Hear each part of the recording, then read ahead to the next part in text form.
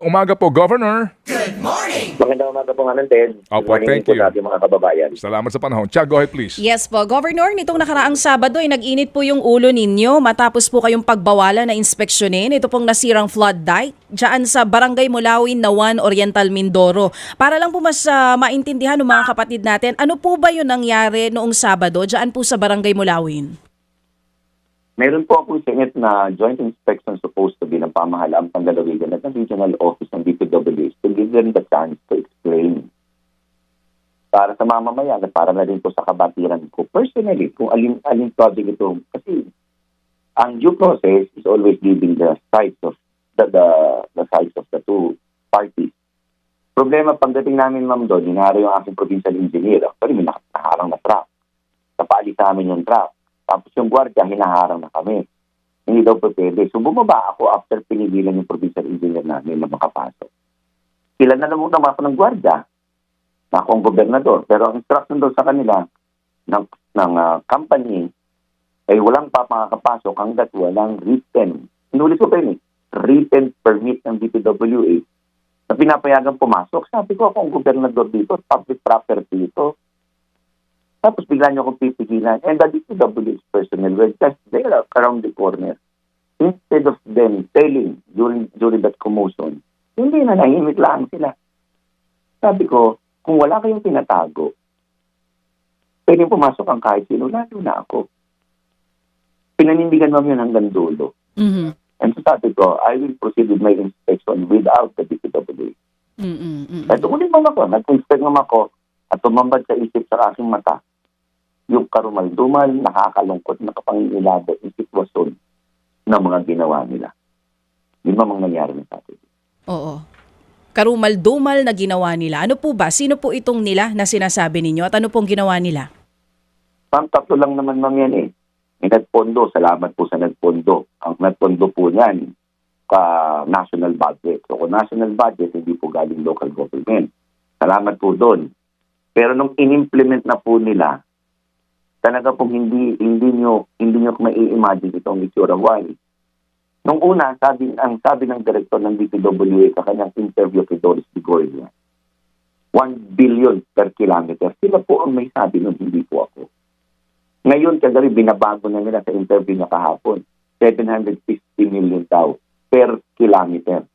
Ma'am, hindi ko pa nakikita sa buong buhay ko na mayroong 750,000 pesos per linear meter ng gano'n ng struktura. Ikalawa, ma'am, pilit nilang ginajustify na yun daw dike na ginawa nila. Kaya walang bakal. Dahil wala naman talagang bakal yung other side. Kaya daw po walang bakal dahil yun ang disenyo. Eh, di doon pa lang, ma'am, mali na agad. Can you imagine, ma'am, a protection dike worth 750 to 1 million per linear meter na walang bakal. Kaya nung dumating ang tubig, which happened 2 weeks ago, was out. Tapos ngayon, pinipilit nilang i-justify bakit walang bakal. Alam niyo, ma'am, as early as 2023, March 6, pinatitigil ko na yan. Pinatawag ko lahat ng contractors at DPWA. Sabi ko sa kanila, mali ang disenyo ninyo. Saan kayo nakakita 20 plus meters na puro buhangin. Ang kalaban natin, rumaragas ang tubig. Ituloy pa rin, ma'am, nila. Ito daw magiging boulevard, magiging road.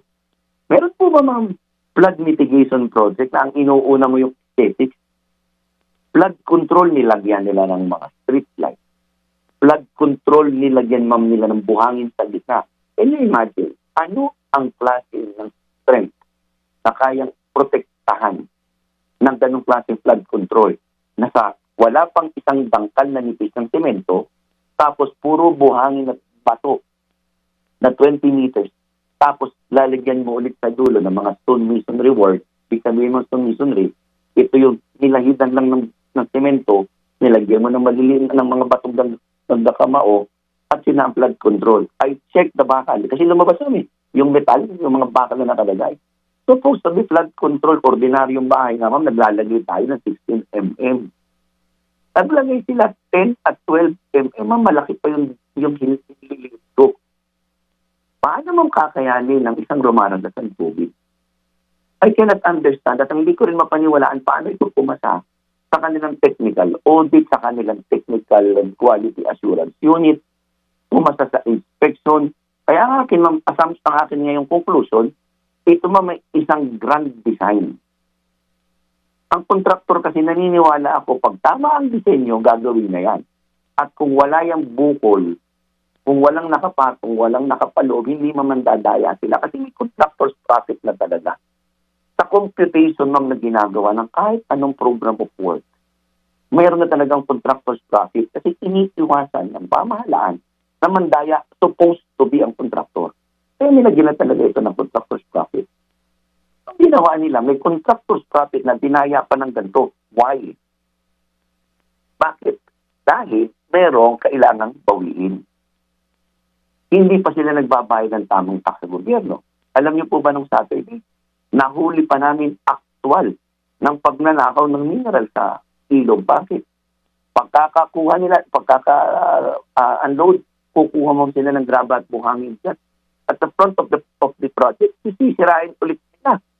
Yung project kasi bawal din ma'am yun na pag may existing project na, doon ka kukuha ng mga itinatambak sa loob. Nagtatambak sila without valid visa permit, walang delivery receipt, walang quarry tax.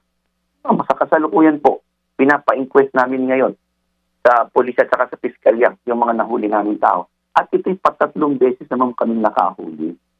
Hindi ko ito tinago sa kanila lahat ng aming mga disgusto, lahat ng ayaw namin. Noong 2024, I told the Regional Director, R.B. Pacanan, July of 2024, sabi ko sa kanya, ito, kita mo, konting tubig sira na ang flood control project na ginagawa ninyo. I told him July 18, 2024. Hindi pa rin nila inayos. 1 year after, July ulit, nawasak ulit ang napakalaking portion. At hindi lang mang ito isang portion. Several portions in different towns. Kung ito sa isang town lang, probably, talagang malakas ang agos ng tubig. Pero since this happened in several towns, in different locations with varying strength at yung volume ng water, isang ibig mong sabihin nun, palpak ang disenyo, hinausaw ang trabaho, sinabstandard nilang gawa, at overpriced ang trabaho mo nila. Governor, sino po ang contractor nung project po na substandard? Boss, Manong Ted, napakarami po. Iba-iba kasi po ng contractor eh. Kaya ngayon po, pinapa-identify ko natin specifically kasi nag-request po kami ng program of work long time ako. Sumulat pa kami officially. Wala naman po binigay kami. Need bid document. Wala kami kopya. Alam niyo po yun, kung saan naman lang kino-ordinate nila sa local government na meron silang gagawin project na ganito, na ganito, mas na-supervise namin sana. Nakita ko na lang. Alam niyo, Manong Ted, paano mo malalaman ng kontratista? Ay nakailang layer na I understand ng Saturday. Mula sa main contractor, nag-subcontractor, may subcontractor pa. Kaya hindi na namin alam kung sino ang aming ipipinpoint. Opo, pero alam niyo po kung sino ang main contractor nito? Marami po manong na main contractor sila eh. Kaya po ngayong araw na ito, pinapatapos ko lang po ang matrix ng mga project na nasira at name ng contractor. Labas ko po. Opo, pero... Kasi ayoko pong mag-pinpoint. Mag-pinpoint, Manong. Opo. Kasi nakalagay po kasi sa ginawa nilang project, yun yung Manong, ha? Kung gaano ka-syndicated ang ginawa. Isang 1.2 billion worth sa isang barangay. Ang ginawa nila, in-split nila into 4 parts. 4 na tig-300 milyon. Nakalagay ay package A, package B, package C, and package D. Meron po ba ganun? Malinaw yan eh. Splitting yan, pero para mapagbigyan ng maraming pangalan, ang ginawa, hinati-hati nila isang barangay. Ano ba naman kung ang title ng proyekto ay isang street? So, isang barangay, isang location, isang kind of work. Di ba po may kasabihin tayo, pag iba't iba ang humihipo ng proyekto, nagbabago ang workmanship, nagbabago ang quality, nagbabago ang supervision. Opo. Paano magkakaroon ng tibay ito? Opo. Gov, bago po itong sinabi nyo na biniyak-biyak po yung total cost ng project, ito ho munang kasalukuyang proyekto ho na sinasabi nyo substandard nga't bumigay, hindi ho ba nag-comply dito mismo yung contractor at DPWH nung required signage? As you know, di ba? Meron dyan talaga pong signage kung saan po nakalagay yung ano ba ang proyekto, total cost, sino contractor, kailan po nagsimula at kailan ang tapos? Manong, ako ay naglakad more than yung dalawang lugar na pinuntahan ko. Naglakad ako, Manong, ng mga 500 meters bawat isang project. Wala ako nakita kahit ng Chinese ang nakalagay dun sa unang project na pinuntahan ko closed, no entry. So wala ho... Doon ako nag-init, Manong eh. Opo. Saan nga nakakita, ha? No entry. Government project po ito, tsaka public place po ito eh. Kumbaga, dike nilalagay mo along the river, 'di ba? Oo, dito po sa proyekto dapat nga open to the public. So, Gov, yung pong sinasabi nyo na chinap-chap, ano yan? 2025 project ho ba yan? 2024 o 2023? Lahat po. Meron pong chap-chap ng 2023, may chinap-chap ng 2024 at may chinap-chap ng 2025. Okay. Kasi po dito, kung hawak po natin ang 2023 flood control allocations para po sa inyo pong lalawigan, construction of road dike, esplanade along Dulangan River, Sitio Sili, Barangay Mentolsa, section na 1, Oriental Mindoro, 300. And then, the same section din po, Sitio Centro 5, 300. Biniyak po yung 600, Tigta 300 ito. Tapos meron pa pong isa din, bali ang total nito, 735 million. Ito ho yung sinasabi nyo na binibiyak-biyak nila para po iba-iba ang kontraktor? Iyan na po. Biyak-biyak. Ito po ba ay tama? Ako ho, matagal na rin po akong legislator. Opo, Manong, ay 48 anyos na. I spent 33 years of my life in public service. Nagsimula po akong kagawan ng barangay, SK ng barangay namin. Ang narating ko ang gobernador, 2 weeks kami magagawa ng budget. Splitting po yan. Dapat po pag gumagawa ka ng budget, kung may proyekto, isang area, isang amount, isang buong title ng proyekto. Pero para hati-hatiin natin ang isang proyekto, may reason. At ang reason, para po sa akin, ay hindi para sa kabutihan ng proyekto, kundi para maitago ang gusto nilang palabasin sa proyekto. Yan po ba, tingnan nyo ang title na nakasulat, Road Dike with Esplanade. Pero ito po, Manong, ay flood control. Bakit prioritize na ginawang road dike na may esplanade? Kasi doon nila itinago ang nakatakin. Kasi kung ito'y purong concrete na ipinaglalaban ko sa DPWH since March of 2023. March 2023, una ko pong sinabi ito sa kanila nung nabalitaan ko yan. Kasi for more than 1 month, pinasuspend ko po yan. Sabi ko, pag itinuloy nyo ang paggawa niyan, magkakagulo tayo. They stopped working for 1 month hanggat hindi ko po nakikita ang disenyo. Hindi po ako pumayag dyan. Meeting namin March 6 sa munisipyo ng Nawan ginawa. And yet, nagpaliwanag ang direktor ng DPW sa akin, mga NATO go, gagawin namin continuous road. So may understanding, pag sinabing continuous road, lahat ng project dire-diretso. Tapos only to find out, nung interview niya, na ito hinati-hati nila, tapos kaya daw nasira dahil may mga section na putol. Yun ang nangyari. Manong, alam niyo po ba yung baha na nangyari sa Barangay Mulawin? Itong Barangay Tagumpay, itong nakaraang July. It was caused by a project ginawa namin ng pamahalaang panlalawigan at ginawa ng lumang administrasyon ng DPWA noong 2019. Ito pong aming 600 plus na gabyon na nagpo-proteksyon sa barangay ng Tagumpay. Tinanggal nila without informing us. Under the law, pag may existing structure na maayos, bago mo i-demolish, ini-inform mo ang owner ng property, ng project. Nagulat ako nitong pag-inspect namin, tinanggal nila, nandun pa yung remnant, gumawa sila ng dike, hindi naman nila dinugtong. Hindi po nila pinagdugtong, di nang pinasok ng tubig. 50 hectares, puno ng bato, puno ng buhangin, na for 6 years, napapakinabangan ng mga farmers.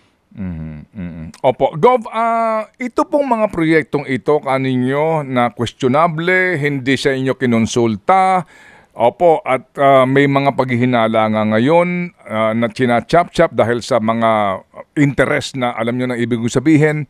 Kaninong initiative ito? Kasi hindi naman maglalagak dyan ng pera ang gobyerno nasyonal kung wala po nag-initiate.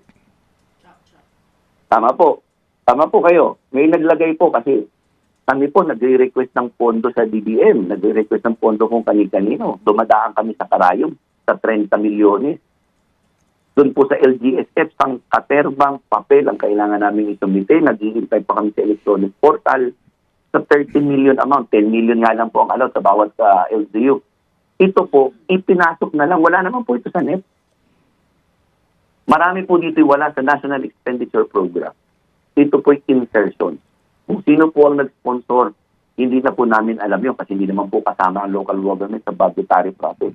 Opo. Kaya nga po noong 2019 Manong, ang sabi kasi dati, lahat ng proyekto sana ini-endorse ng Regional Development Council. Pero nagulat kami, kahit anong endorse ng Regional Development Council, hindi yun ang napupunduhan.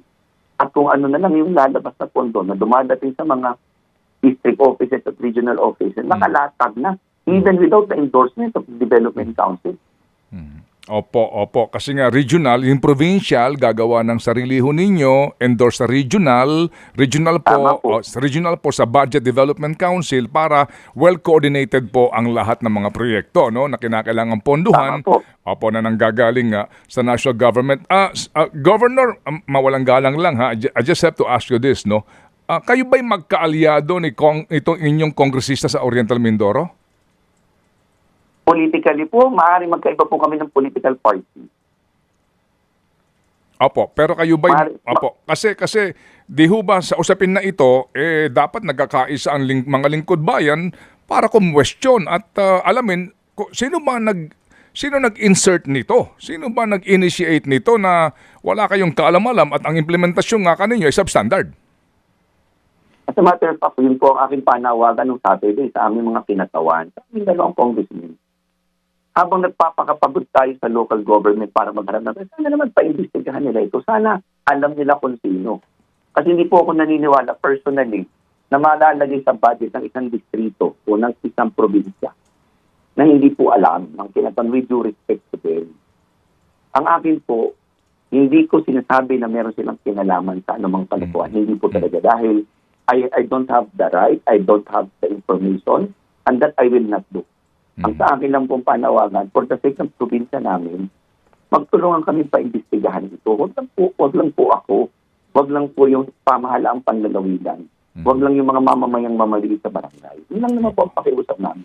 Pagtulungan po, ma-identify lang sinong gumawa, sino ang nagpagawa, sinong naglagay ng pondo, sinong nagpalusot para ma-inspeksyon ito. 2 weeks ago po, may sulat na ako sa Sangguniang Panlalawigan namin to investigate. Opo, at magkaalaman din po sino nga ang mga kontratista, yung main contractor at yung subcontractor. Ano po? Tama po. Opo, pero talagang hanggang ngayon wala man lang kayong ideya sino ang main contractor nito? Personally po wala. Nakita ko lamang po, meron isang research paper kaming ginawa na mga pangalan ng kontratista. Yun po ngayon ang pinapa-verify niyan.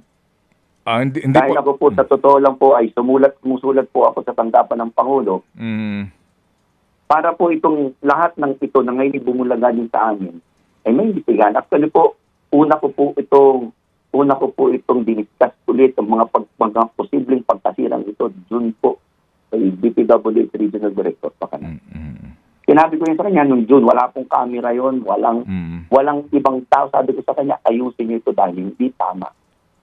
Yun ay inulit ko sa kanya. Opo. Ay ngayon po, wala na akong magagawa. Nakita na po natin yung sira. Kita na natin yung overpricing at saka substandard. Kaya nasa sa kanila na po ito ngayon. Opo, sige po. Si Senator Lacson ho ba nakipag-ugnayan sa inyo, Governor? May sinasabi kasi siya, at baka ito'y bahagi ng kanya magiging privilege speech, meron da isang maliit na barangay sa Oriental Mindoro for 2025 budget, 1.9 billion ang nakuha at small town in Oriental Mindoro na 10 billion ang alokasyon for itong nga po, public works. Alam niyo ho ba ito? Kayo ba yung natawagan ni Senator? Wala pong ugnayan kahit kanino. Ito pong aking ginagawa ay on my own volition bilang gobernador. Mhm. Pero ito naman po kasi ay madaling makita sapagkat ang General Appropriations Act naman po Mhm. ay nakapublish. Mhm. So, kita po yan. Meron din po kaming listahan ng lahat ng yan. Summary per town po, kaya meron din. Okay, so kayo po bilang gobernador, sinisilip niyo yung provision ng GAA para humalaman ninyo kung ano ba ang mga proyekto, line item sa inyo pong lalawigang gobernador. Opo naman. At taon-taon naman po ginagawa namin. Opo na nga po. Ako'y magpapasalamat dahil ang laking pondo po niyan.